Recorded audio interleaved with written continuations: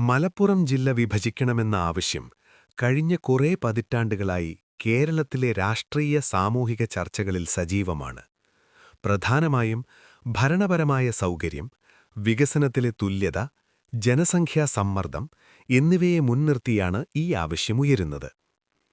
മലപ്പുറം വിഭജനത്തിന് അനുകൂലമായി ഉന്നയിക്കപ്പെടുന്ന പ്രധാന കാരണങ്ങൾ താഴെ പറയുന്നവയാണ്.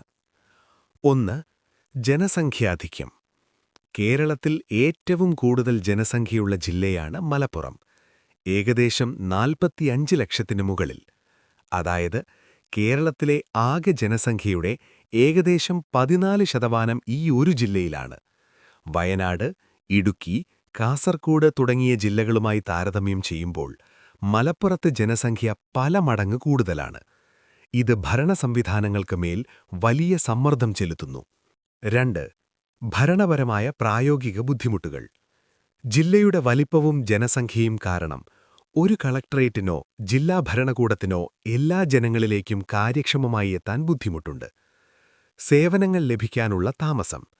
സർട്ടിഫിക്കറ്റുകൾ, ആനുകൂല്യങ്ങൾ എന്നിവയ്ക്കായി ദൂരപ്രദേശങ്ങളിൽ നിന്ന് സിവിൽ സ്റ്റേഷനിലെത്താൻ ജനങ്ങൾക്ക് വലിയ സമയവും പണവും ചിലവാകുന്നു. ക്രമസമാധാനം. വലിയൊരു ജനവിഭാഗത്തെ നിയന്ത്രിക്കാൻ കൂടുതൽ പോലീസ് ഡിവിഷനുകളും അഡ്മിനിസ്ട്രേറ്റീവ് യൂണിറ്റുകളും ആവശ്യമാണ്. 3.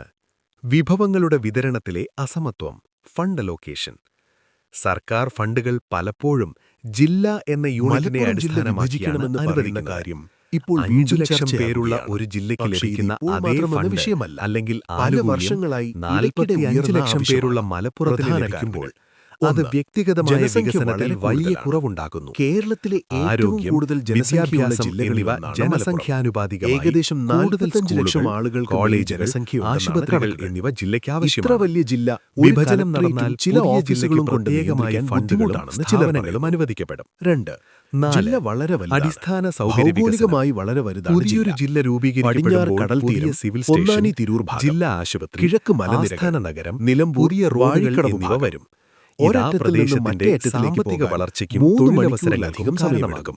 അതുകൊണ്ട് നിലവിൽ തിരൂർ ഓഫീസുകൾക്കും കേന്ദ്രീകരിച്ച് പുതിയ സേവനങ്ങൾക്കും ജില്ല വേണമെന്നാണ് ആളുകൾക്ക് ദൂരെ യാത്ര പ്രധാനമായും വേണ്ടി ഉയരുന്ന വരുന്നു. ആവശ്യം. 3. വികസന എന്തുകൊണ്ട് പ്രശ്നങ്ങൾ. എതിർപ്പുകൾ വരുന്നു? ചില